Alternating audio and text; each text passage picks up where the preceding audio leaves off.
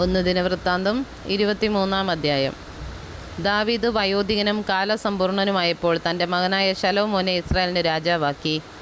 അവൻ ഇസ്രായേലിൻ്റെ പ്രഭുക്കന്മാരെയും പുരോഹിതന്മാരെയും ലേവ്യരെയും എല്ലാം കൂട്ടിവരുത്തി. ലേവ്യരിൽ 30 വയസ്സ് മുതൽ മേലോട്ടുള്ളവരെ എണ്ണി. ആളെണ്ണം പേരുപേരായി അവർ 38,000 ആയിരുന്നു. അവരിൽ 24,000 പേർ യഹോവയുടെ ആലയത്തിലെ വേല നടത്തേണ്ടുന്നവരും 6,000 പേർ പ്രമാണികളും ന്യായാധിപന്മാരും 4,000 പേർ വാതിൽ കാവൽക്കാരും 4,000 പേർ സ്തോത്രം ചെയ്യേണ്ടതിന് ദാവീദ് ഉണ്ടാക്കിയ വാദ്യങ്ങളാൽ യഹോവയെ സ്തുതിക്കുന്നവരുമായിരുന്നു.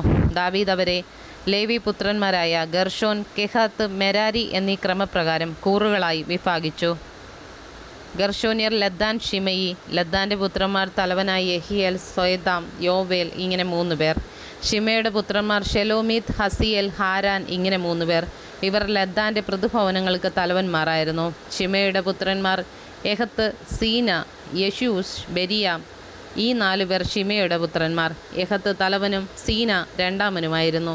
യയൂഷിനും ബെരിയയ്ക്കും അധികം പുത്രന്മാർ ഇല്ലാതിരുന്നത് കൊണ്ട് അവർ ഏക പൃഥുഭവനമായി എണ്ണപ്പെട്ടിരുന്നു. കെഹാത്തിൻ്റെ പുത്രന്മാർ അമ്രാം, ഇസ്ഹാർ, ഹെബ്രോൻ, ഉസിയേൽ ഇങ്ങനെ 4 പേർ. അമ്രാമിൻ്റെ പുത്രന്മാർ അഹരോൻ, മോശെ. അഹരോനും പുത്രന്മാരും അതിവിശുദ്ധ വസ്തുക്കളെ ശുദ്ധീകരിപ്പാനും യഹോവയുടെ സന്നിധിയിൽ ധൂപം കാട്ടുവാനും അവന് ശുശ്രൂഷ ചെയ്യുവാനും എപ്പോഴും അവൻ്റെ നാമത്തിൽ അനുഗ്രഹിപ്പാനും സദാകാലത്തേക്കും വേർതിരിക്കപ്പെട്ടിരുന്നു. ദൈവപുരുഷനായ മോശയുടെ പുത്രന്മാരെയോ ലേവി ഗോത്രത്തിൽ എണ്ണിയിരുന്നു. മോശയുടെ പുത്രന്മാർ ഗർഷോം, ഏലിയസർ. ഗർഷോമിൻ്റെ പുത്രന്മാരിൽ ഷെബൂവേൽ തലവനായിരുന്നു. ഏലിയസറിൻ്റെ പുത്രന്മാർ രഹബ്യാവ് തലവൻ. ഏലിയസറിന് വേറെ പുത്രന്മാരുണ്ടായിരുന്നില്ല, എങ്കിലും രഹബ്യാവിന് വളരെ പുത്രന്മാരുണ്ടായിരുന്നു. ഇസ്ഹാരിൻ്റെ പുത്രന്മാരിൽ ഷെലോമീത്ത് തലവൻ. ഹെബ്രോൻ്റെ പുത്രന്മാരിൽ എരിയാവ് തലവനും അമരിയാവ് രണ്ടാമനും യഹസിയേൽ മൂന്നാമനും യെഖമെയാം 4-മനുമായിരുന്നു.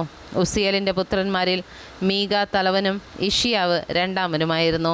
മെരാരിയുടെ പുത്രന്മാർ മഹ്ലി, മൂഷി. മഹ്ലിയുടെ പുത്രന്മാർ എലയാസർ, കീഷ്. എലയാസർ മരിച്ചു, അവന് പുത്രിമാരല്ലാതെ പുത്രന്മാർ ഉണ്ടായിരുന്നില്ല.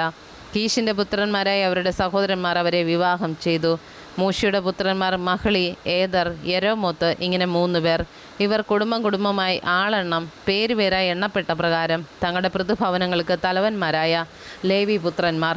അവർ 20 വയസ്സ് മുതൽ മേലോട്ട് യഹോവയുടെ ആലയത്തിലെ ശുശ്രൂഷയിൽ വേല ചെയ്തു വന്നു.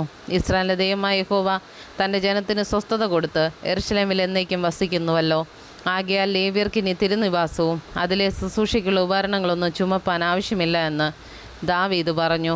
ദാവീദിൻ്റെ അന്ത്യകൽപ്പനകളാൽ ലേവ്യരെ 20 വയസ്സ് മുതൽ മേലോട്ട് എണ്ണിയിരുന്നു.